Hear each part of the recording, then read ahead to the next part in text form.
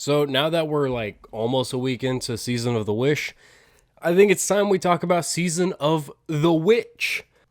Basically, super basic thoughts here. TLDR of the whole video. Very good season. Now let's break that down. If we ignore all the stuff Bungie did outside of the game, that shit all sucked. Okay. But taking that out of account, very good season. We saw the beginning of the Relic Crucible mode and Checkmate, which a lot of people love Checkmate. It is a more balanced Crucible. And we also saw the return of Crota's End, which I was not looking forward to. I was not very happy when that was announced. I was wanting Wrath of the Machine really bad. Crota's End came. Honestly, I really like it. I kind of love the new Crota's End.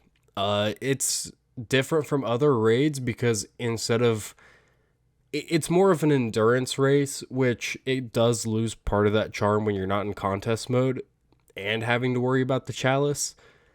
When it's only the chalice and normal level combatants, it's not as difficult, honestly.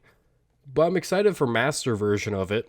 Talking about the loot from Season of the Witch is kind of confusing and weird because a lot of the new stuff wasn't very good. It's just that, some of the guns that had pretty bad rolls also happened to be the first guns with deterministic recoil in Destiny 2. And that's what made them good. Like the hand cannon and the sniper, the perk rolls on them weren't super fantastic. They had pretty good stats, like they were solid stats. And they had deterministic recoil. So it's not like you were guessing where the recoil was going to go and you just get a good idea of that. No, you just knew because it was the same every time. That was a great thing for Bungie to implement. And I think it only should be on some guns. Like, they release a gun with pretty bad perks, and they're like, hey, deterministic recoil, it'll be pretty easy to control. There you go. But yeah, loot-wise, the loot itself, not super fantastic. We did have Festival of the Lost, which brought a banging horror story. Like, that thing it slaps. It's so good. But in general, loot-wise, there weren't very many standouts for having great perk combos. I know Abyss Defiant's pretty good. A lot of people like Swordbreaker. There's just things here and there that stand out, but the biggest standouts were weapons with bad perk rolls, and I think that's hilarious, and we really haven't seen that in a while. But yeah, loot-wise, strangely pretty good. Just want to talk about activities for a second. Of course, we had the reprisal of Crota's End, which I thought was great. It was a massive improvement over the original, and I think it stands up to Destiny 2 raids, not just D1 raids.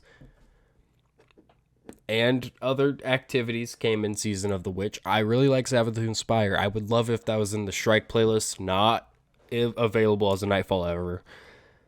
And they cycled the encounters randomly when it's in the Strike playlist. I think that would be pretty fun. That being said, Altars of Summoning, don't get me wrong, it's not bad. If you're in a group of 3. If you're playing it solo and you have 2 randoms, it is unplayable, especially after the story concluded. People were just running in there and zooming out after they collected stuff. It's like, guys, I just want to do Altars of Summoning. Can we not leave? But yeah, Altars of Summoning with 3 people is pretty fun, doing like the max level difficulty stuff.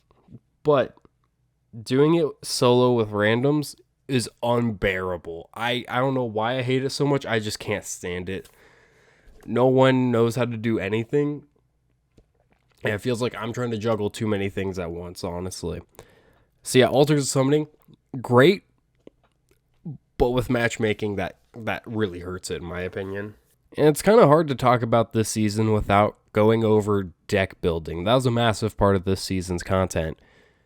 And myself, I am a Magic player, mostly Commander, and I love finding synergies in cards and stuff. So yeah, that part was great. I wish it was a little more in-depth and we had more options just to really flesh things out. But if it's a piece of content that was intended to only exist for 6 months, then I understand why that depth wasn't there.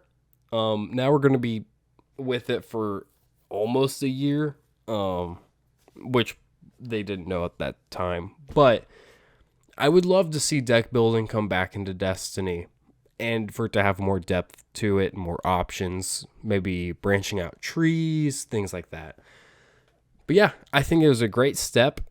And I would love to have like a horde mode where you could deck build, certain cards come in and leave at certain times, things like that. But I think that was a great step, just like deep dives in Season of the Deep. Great concept, great things going on there. I would love to see it improved. Spoiler alert, Season of the Wish with the coil, I think, is kind of getting there with where Deep Dive left off. So yeah, I just want to talk about artifacts and exotic armor, or all of the exotics right now. The artifact was fun, but kind of pretty really bad. I would love to see elemental orbs come back as an armor charge system. Like, I understand why war mind cells are gone and all that, whatever. But if they brought back elemental orbs, as in the balls you throw, and they tied it to the armor charge system, so it's still one cohesive system, and you could just choose, like, elemental orbs versus surges, and the more orbs you slot in your boots gives you a higher chance of them dropping.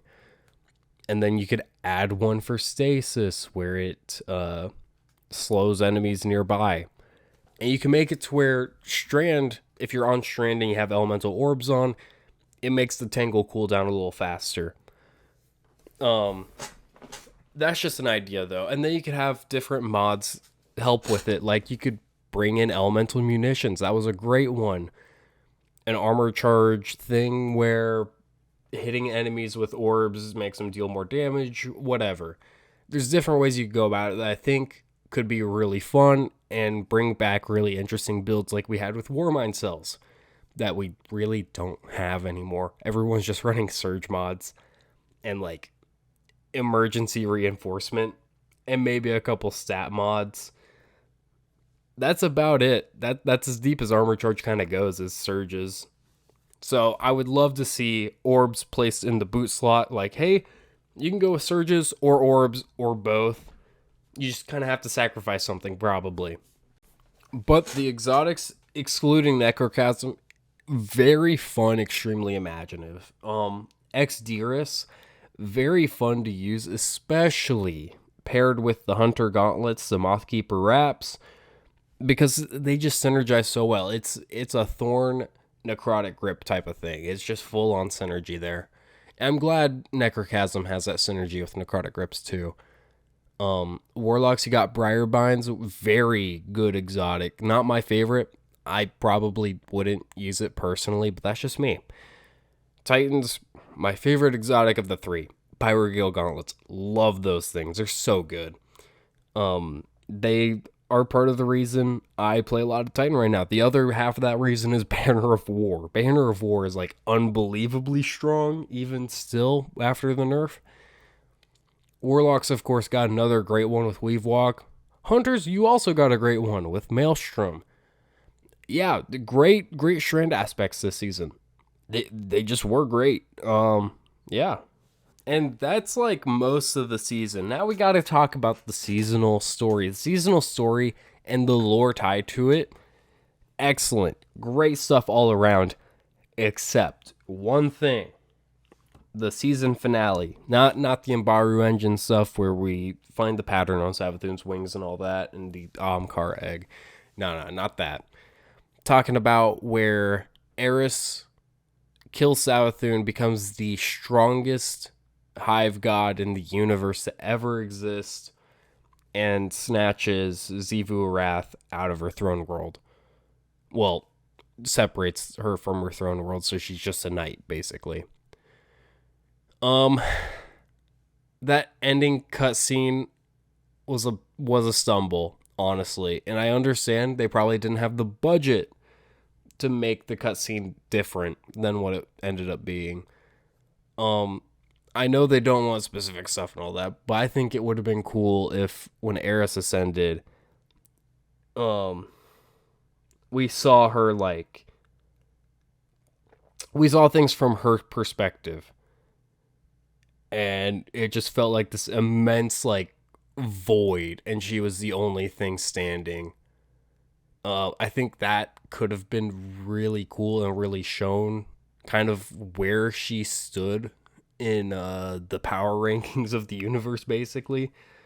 I wouldn't say second to the Witness, but like she would have been very high up there. Xivu Arath was immensely powerful, and Eris Morn was more powerful than her.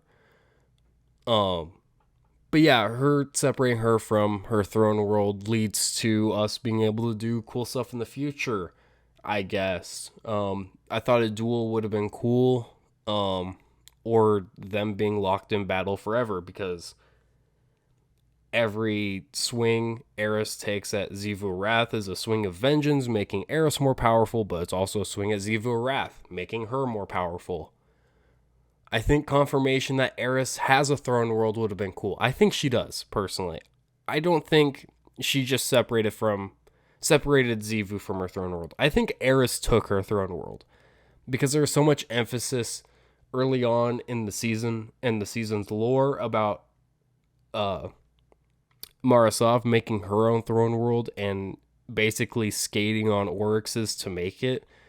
I think Eris has her own throne world, or took Xivu's, maybe not super intentionally, because she's like, I don't know if I have a throne world, but all I can do is imagine I do, because she is mortal. Her ghost is dead. The only thing keeping her alive basically is that Ahamkara bone she holds around. But yeah, I think she still I think she has a throne world, and I think she's still connected to it. So like, we could see Eris die in the future and come back. I think she has a throne world. But that's just my copium, you know.